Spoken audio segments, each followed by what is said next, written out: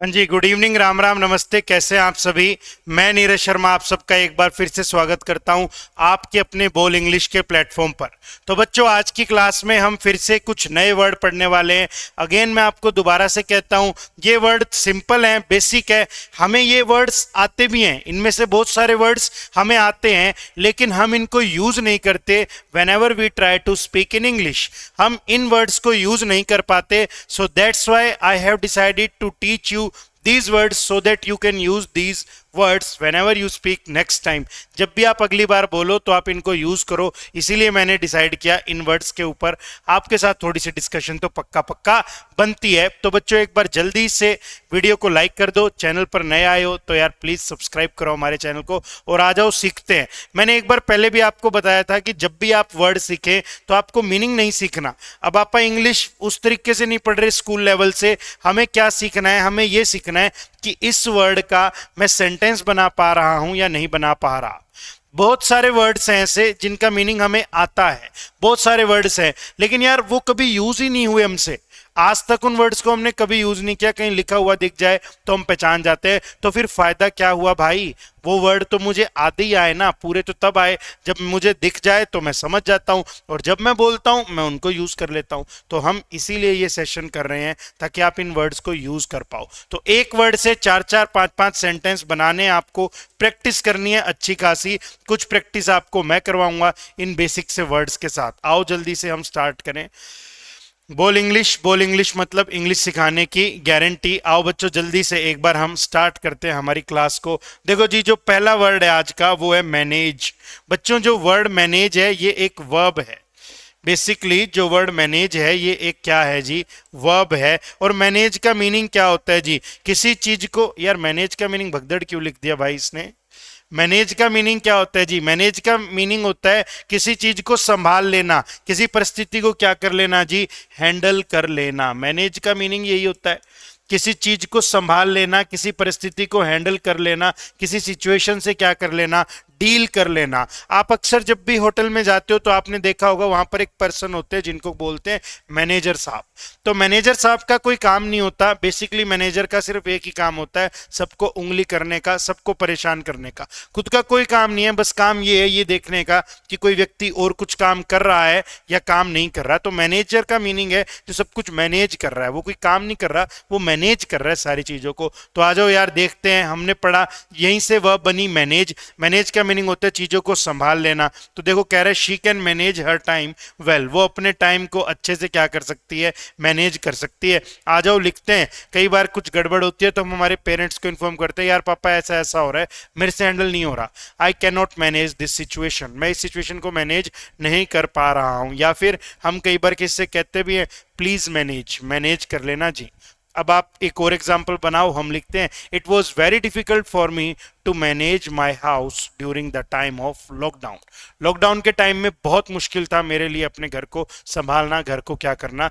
Manage करना। या फिर और लिखते हैं आप, एक और एग्जाम्पल मैं आपको देता हूं। मैं कहता हूं, the situation was so awful that no one was able to manage it. Situation इतनी खराब थी, इतनी बदतर थी, इतनी डरावनी थी कि कोई भी उसको क्या नहीं कर पा रहा था? मैनेज नहीं कर पा रहा था। या फिर I am trying my best to manage it. मैं अपना बेस्ट दे रहा हूं इस चीज को क्या करने के लिए? मैनेज करने के लिए। तो मैंने मैनेज से बहुत सारे वर्ड्स बना दिए। इसका एक साधारण सा मीनिंग है कि जब भी मैं इंग्लिश बोलता हूं मैं इस वर्ड को क्या कर सकता हूं? अपनी लैंग्वेज में यूज कर लेता हूं, मैं कर सकता हूं। तो आ जाओ यार अगला वर्ड सीखे। बच्चों, नेक्स्ट वर्ड है आपका क्या? रिकॉग्नाइज। बच्चों, वर्ड क्या है जी? रिकॉग्नाइज। रिकॉग्नाइज का मीनिंग होता है क्या? पहचानना। रिकॉग्नाइज का मीनिंग क्या होता है जी? पहचानना। एक और वर्ड भी आपने सुना होगा ना, कॉग्निटो, है ना? ये नहीं सुना तो ये तो आपने अक्सर सुना ही होगा, इनकॉग्निटो। बिल्कुल सुना है जी। क्रोम में अक्सर हम जब भी कोई शॉपिंग करें, अपने क्रेडिट कार्ड की डिटेल्स भरें, तो हम एक मोड ऑन करते हैं, इनकॉग्निटो मोड। इनकॉग्निटो मोड है कि हमारी आईडी, हमारा पासवर्ड कुछ भी सेव नहीं होगा। यानी उस टाइम पे गूगल हमें नहीं पहचान रहा कि हम कौन है। हालांकि गूगल पहचान रहा है, सिर्फ फोन में हिस्ट्री सेव नहीं हो रही। बाकी गूगल को तो पता ही है कि आप कौन हो, वो पर्सन। ठीक है जी। तो इनकॉग्निटो का मीनिंग वही है कि आप वहां अननोन बन गए। तो कॉग्निटो का मीनिंग होता है नोन, वहीं से वर्ड निकल के आता है रिकॉग्नाइज। तो आ जाओ लिखते हैं क्या? आ जाओ लिखते हैं the young boy immediately recognised his mother. एक बच्चे ने तुरंत ही अपनी मम्मी को क्या कर लिया, पहचान लिया। The young boy immediately recognised his mother. हो सकता है बहुत सारी लेडीज झुंड में खड़ी हो, लेकिन उसने फट देखा ये वाली है मम्मा, भाग के मम्मा के पास चला गया। आ जाओ लिखते हैं कोई आपको मार्केट में मिला और उसने बोला hi Rohit how are you, तो आप कहोगे I am sorry but I am not able to recognise you, मुझे माफ करो लेकिन मुझे याद नहीं आ रहा कि मैं आपसे कहाँ मिला हूं, मैं आपको पहचान नहीं पा रहा हूं। या फिर कोई और एग्जाम्पल लिखते हैं क्या, she does not recognise her children. एक लेडी है जिसकी मेंटल स्टेट थोड़ी सी खराब हो गई, तो मैंने सेंटेंस बनाया she does not recognise her children. वो अपने बच्चों को भी क्या नहीं कर पा रही, पहचाने नहीं पा रही। तो देखो बच्चों हमने लिख दिया। और इसने भी एक सेंटेंस बनाया, उसने भीड़ में अपने पुराने दोस्त को पहचान लिया। She could recognise her old friend in the crowd. उसने भीड़ में अपने पुराने फ्रेंड को क्या कर लिया, पहचान लिया। आ जाओ एक और सेंटेंस बनाते हैं क्या, the man was not able to recognize the man was not able to recognize the accused in the court। जो आदमी था वो कोर्ट में एक्यूज्ड जिस पे आरोप था उसको पहचान नहीं पाया, उसको पहचानने से क्या कर गया, इनकार कर गया। तो देखो मैं कितनी फ्लेक्सिबिलिटी से इससे सेंटेंसेस बना रहा हूं। इसका मीनिंग है ये वर्ड मुझे आता है। वर्ड मीनिंग याद नहीं करने, हमें सेंटेंसेस पे काम करना है। When you are trying to learn words so that you can make sentences from it। तो जब आपको सेंटेंस बनाने हैं तो वर्ड मीनिंग ये नहीं है, मीनिंग याद किया बात बन गई, सेंटेंस की प्रैक्टिस करनी है, ये हमारी प्रायोरिटी होनी चाहिए। नेक्स्ट वर्ड तो यार बहुत कॉमन है, सोसाइटी। सोसाइटी हमें मालूम है यार, हमारा समाज, हमारी लोकेलिटी जहां हम रहते हैं, तो हमने क्या लिखा, सोसाइटी। तो आओ लिखते हैं, मैं कहता हूं in our society it is not accepted. In our society it is not accepted.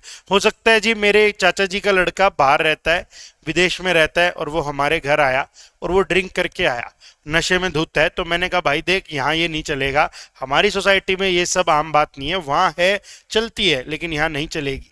In our society it is a bad thing. या फिर कुछ और लिखते हैं, मैं कहता हूं the society needs to change many thing. The society needs to change many thing, यानी सोसाइटी को बहुत सारी चीजों को क्या करना पड़ेगा, चेंज करना पड़ेगा। या फिर हम अक्सर ऐसा भी सेंटेंस बनाते हैं, we live in a society where no one cares about anyone suffering. हम एक ऐसे समाज में रहते हैं जहां कोई भी किसी की दर्द तकलीफ पीड़ा का क्या नहीं करता, परवाह नहीं करता। तो देखो मैं तो वर्ड बना रहा हूं इसके, आप भी कोशिश कीजिए ना बच्चों। She works for the betterment of society. वो क्यों काम कर रही है, वो काम कर रही है ताकि समाज को क्या बनाया जा सके, अच्छा बनाया जा सके। She works for the betterment of society. तो देखो ये वर्ड ऐसा है यार कि मैं यूज कर पा रहा हूं तो आप भी यूज कर पाओ, उसी तरीके से वर्ड अपने को सीखना है। मीनिंग हमें मालूम है लेकिन हमें सेंटेंस फॉर्मेशन सीखनी है। अगला वर्ड है जी आपके पास में क्या, जेलस। अगला वर्ड क्या है जी आपके पास में, जेलस होना। हम अक्सर बोलते भी यार मुझे जेलसी फील हो रही है, वो मुझसे जेलस हो रहा है, यानी उसको मुझसे जलन हो रही है, मैंने कुछ बेसिकली अचीव कर लिया और इस चीज से उसको क्या हो रही है, परेशानी हो रही है, तो वो मुझसे क्या हो रहा है, जेलस फील कर रहा है। तो देखो क्या एग्जाम्पल बनाता है, कहता है he felt jealous when he saw his friend succeed. वो कह रहे हैं कि उसने कैसा महसूस किया, जेलस सा महसूस किया जब उसने अपने दोस्त को देखा। कैसा देखा, सक्सीड देखा। तो यार सक्सीड तो वर्ब है, फर्स्ट फॉर्म नहीं लगानी चाहिए ना, सक्सीडेड लगाना चाहिए। या ये लिखता when he saw his friends success, कुछ ऐसा लिखता है, थोड़ा सा ग्रामेटिकल एरर हो गया लास्ट में। तो कह रहे उसने जेलस सा महसूस किया, कब महसूस किया, जब उसने अपने दोस्त की क्या देखी, सक्सेस देखी। तो मैं कहता हूं she is always jealous of me. वो हमेशा मुझसे क्या करती है, जेलस करती है। आप एक नई चीज लेकर आए, आपने फ्रेंड को दिखाई और उसका मुंह उतर गया, तुम बोले अरे भाई चिढ़ क्यों रहा है यार, ऐसा क्यों रिएक्ट कर रहा है, don't be jealous, come on, jealous मत फील कर, इट्स ओके, होता है ऐसा। तो हम ऐसे इस वर्ड का क्या करते हैं, यूज करते हैं। ये लीजिए जी नेक्स्ट वर्ड आपके पास आ रहा है बच्चों, फॉर्चुनेट। फॉर्चुनेट की पार्ट ऑफ स्पीच कहूं तो ये एक एडजेक्टिव होता है, फॉर्चुनेट होता है लकीली, भाग्यशाली। फॉर्चुनेट होता है लकीली, भाग्यशाली, है ना। तो मैं कहता हूं I was fortunate enough to clear that exam. मैं इतना भाग्यशाली था कि मेरा वो एग्जाम क्या हो गया, क्लियर हो गया। या फिर मैं लिखता हूं क्या, the lady was not much fortunate. Lady ज्यादा भाग्यशाली नहीं थी, यानी इसका मीनिंग आगे कुछ ऐसा बताऊंगा कि उस दिन लेडी के साथ क्या हुआ, कुछ बुरा हुआ। एक दिन मैं रेलवे स्टेशन जा रहा था, मुझे एक ट्रेन पकड़नी थी लेकिन मैं लेट हो गया, फिर भी मुझे ट्रेन मिल गई। तो मैं कहता हूं fortunately I got the train even after getting late. Luckily मैं लेट था फिर भी मुझे क्या मिल गई, स्टेशन पर गाड़ी खड़ी मिली। तो यही होता है जी फॉर्चुनेट। अगला देखते हैं, she felt fortunate to have a loving family. वो अपने आप को क्या समझती है, भाग्यशाली समझती है। क्यों भाग्यशाली समझती है, कि उसकी एक कैसी फैमिली है बच्चों, एक लविंग फैमिली है। कैसी फैमिली है बेटा, एक लविंग फैमिली है। आओ जी आगे चलें। तो बेटा वर्ड हमें आता है, हमें वर्ड को यूज करना सीखना है राजा। अपसेट, बेटा जी वर्ड लिखा हुआ है क्या, अपसेट। तो अपसेट की बात करूं तो आप समझ जाओ इस बात को, अपसेट नाउन भी हो सकता है, एडजेक्टिव भी हो सकता है। The boy was very upset that day. उस दिन जो लड़का था वो बहुत ज्यादा क्या था, अपसेट था। अब एडजेक्टिव की फॉर्मेशन में यूज किया। या फिर मैं कहता हूं डोंट फील अपसेट, अपसेट महसूस मत कर। या फिर हमने लिखा आई एम फीलिंग अपसेट। तो अपसेट का मीनिंग क्या होता है, निराश, दुखी, है ना। और इसके लिए एक और वर्ड भी होता है वैसे, टेंस्ड। कई बार हम चिंतित होते हैं किसी चीज के लिए, तो मम्मी कहती भी है why are you tense, tense क्यों है, तो इसके लिए वर्ड यूज किया जा सकता है टेंस्ड। इसका भी मीनिंग क्या होता है जी, चिंतित होना, है ना। तो अपसेट का इसने भी कोई एक एग्जांपल बनाया, ये कह रहा है she felt a little upset when her plans got cancelled. वो थोड़ी सी क्या हो गई, अपसेट हो गई। और वो कब अपसेट हो गई जी, जब उसके प्लान्स क्या हो गए, कैंसिल हो गए। नेक्स्ट वर्ड क्या है जी, हाँ जी नेक्स्ट वर्ड क्या है जी, नेक्स्ट वर्ड है कंडीशन। नेक्स्ट वर्ड क्या है जी, कंडीशन। कंडीशन का मीनिंग होता है हालात। तो मैं कहता हूं his condition is not good. कोई फ्रेंड है बीमार है, मैं कहता हूं उसके हालात बिल्कुल ठीक नहीं। अब his condition is not good. The condition of car was so bad that I decided not to buy it. गाड़ी देखने गया, पुरानी सेकंड हैंड गाड़ी लेनी थी, इतनी ज्यादा खराब कंडीशन थी, मैं कहता नहीं लेते भाई, छोड़ दिया, है ना। आ जाओ कुछ और समझते हैं। The house is in a good condition. जो घर है उसकी कंडीशन अच्छी खासी है, ठीक ठाक है। तो देखो हम कैसे यूज कर रहे हैं। The doctor check the patient's condition. Doctor ने क्या चीज चेक की जी, डॉक्टर ने पेशेंट की कंडीशन को क्या किया, चेक किया। हो गया ना जी। अगला वर्ड क्या निकलता है जी, टॉलरेट। बेटा अगला वर्ड क्या निकलता है, टॉलरेट। टॉलरेट का मीनिंग होता है सहन करना। यहीं से एक और वर्ब बनती है जी, बियर। तो टीचर अक्सर कहता था, जब भी हम क्लास में शैतानी करते थे तो टीचर कहता था I will not tolerate this thing. मैं इस चीज को बर्दाश्त नहीं करूंगा। I can not tolerate him, मैं उसको बर्दाश्त नहीं कर सकता। His behaviour is so bad that we are not able to tolerate that guy. उस आदमी का बिहेवियर इतना गंदा है कि हम उसको क्या नहीं कर पा रहे, झेल नहीं पा रहे।